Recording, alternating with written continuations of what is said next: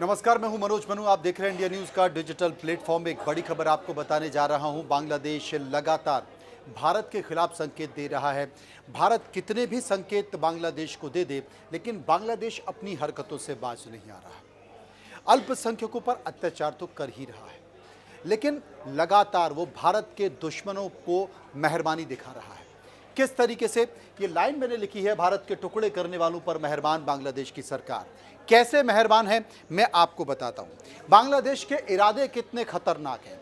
वो भारत की एकता, अखंडता को नुकसान पहुंचाना चाहता है और वो बता चुका है, क्योंकि भारत के टुकड़े करने वालों के साथ वो खड़ा हुआ है। कैसे खड़ा हुआ है, मैं आपको बताता हूं। आपको बता दूं, बांग्लादेश के हाई कोर्ट में उल्फा नेता परेश बरुआ कौन है?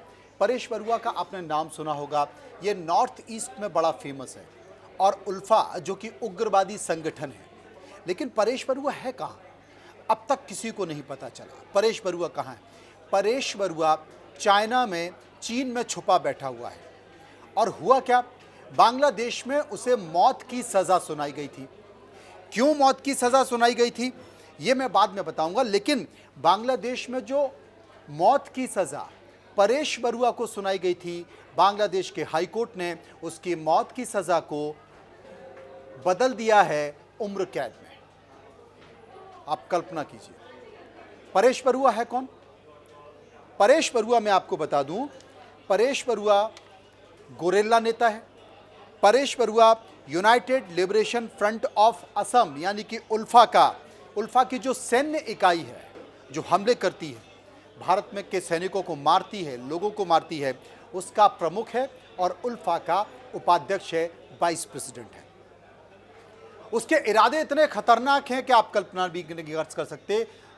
परेश बरुआ आसाम को भारत से अलग करना चाहता है, और लगातार इसके लिए वो हरकतें करता रहा है।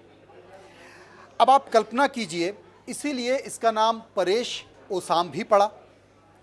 इसे छद्म नाम से भी जाना जाता है।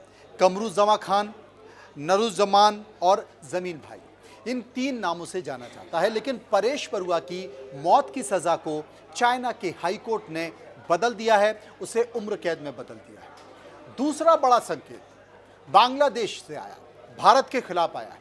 वो क्या आया है? एक और बड़ा संकेत आया है। बांग्लादेश में 2004 में दोषी पाए गए पूर्व मंत्री लुत्फुज़्मा बाबर और 5 अन्य अपराधियों की मौत की सज़ा को माफ़ कर दिया गया। मौत की सज़ा से उन्हें बरी कर दिया गया, उनकी मौत की सज़ा को हटा दिया गया।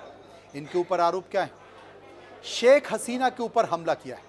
24 लोगों की मौत के जिम्मेदार ये लोग हैं, और इन्हें भी बरी कर दिया गया है। परेश बरुआ कहाँ है?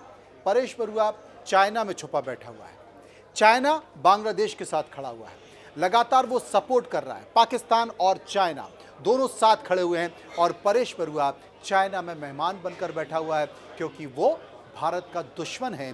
भारत के आसाम को भारत से अलग करना चाहता है। नॉर्थ ईस्ट में ये जो पूर्व मंत्री है ना, जिनके ऊपर शेख हसीना की हत्या का आरोप है, हमला करने का आरोप है, 24 लोगों की हत्या का आरोप है, इनके ऊपर भारत के जो पूर्वोत्तर राज्य हैं, अरुणाचल, मणिपुर, मेघालय, त्रिपुरा, वो पूर्वोत्तर राज्य में हथियारों की सप्लाई के भी आरोप हैं। इनको मौत की सज़ा सुनाई थी, वो भी बरी कर दिए गए हैं। 5 और लोग भी बरी कर दिए गए हैं। यानी कि बांग्लादेश लगातार भारत के खिलाफ षड्यंत्र रच रहा है।